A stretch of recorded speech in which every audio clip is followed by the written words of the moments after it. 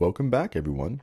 And in today's lesson, we are going to look at identifying voice leading examples. And so this is example 1. So we're going to start down here with our V1. And our basic goal is to determine if V1 to V2, assuming that V2 is higher than V1, just for the moment, just kind of arbitrarily, we want to understand, is this parallel, similar, contrary, or oblique motion? And if you remember the definitions, is that oblique motion was one voice stays the same, it stays static, and the other voice can do whatever the heck it wants. Contrary motion means you're going to have both voices are going to go in opposite directions. Similar motion means both voices are going to go in the same direction, but by different distances. And parallel means they're going to be in the same direction and the same distance. So the first thing that we want to do is maybe recognize what direction these are going. And I do understand, I can understand if you're looking at these and go, oh, this is really difficult to tell, because we typically do this through the use of notation. Standard notation is a much better format from this, but I'm assuming at this point that you may not know standard notation. And so, let's do with what we have. When I look at this, I see, let's start with voice 1. I notice that C sharp to D is going up. D to F sharp is up. This is up. I'm going to assume that this is going up. And so I'm going to assume that all of these notes here are going up. Let's put that in red. So I'm assuming that all of these are going up.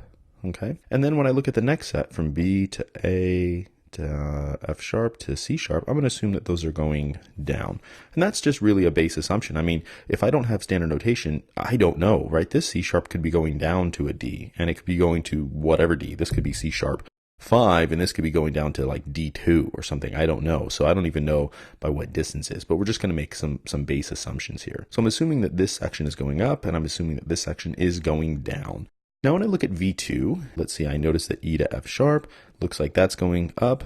Then I see F sharp to A, then A to B, and B to D. So those actually kind of all look like they would be going up to me. Then I think about going from D to C sharp to A, and then A to E. Let's go ahead and assume that those are going down. And so what we notice here is that we have the same direction, right? We have up on this side, and then we had down over here.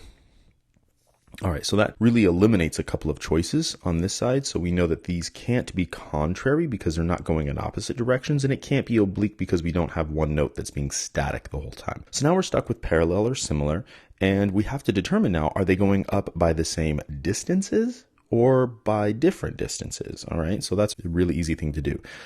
And so what we do here is we start considering the distances. And so this would be a half step. This would be from D to F would be 3 halves. So this would be 2 whole steps. This would be F sharp to G is a whole step. All right, and let's see what we can find on this side. We can see that we have a whole step. From F sharp to A is going to give us 3 half steps. And A to B is a whole step. And now I can see that, well, whole, half, not the same. 3 halves and 2, not the same. And then a whole and a whole, those are the same, okay? And so this is going to be similar motion. So it's going to be similar motion because it's not always the same. Parallel has to be always the same every single time. Similar, it needs to be, or it can be different. Okay. Now let's take a look at the next example. And once again, we have the same question, parallel, similar, contrary, or oblique. And I want to make some assumptions, and I'm going to look over here and recognize that V1, to me, to my eyes, that looks like it is going down.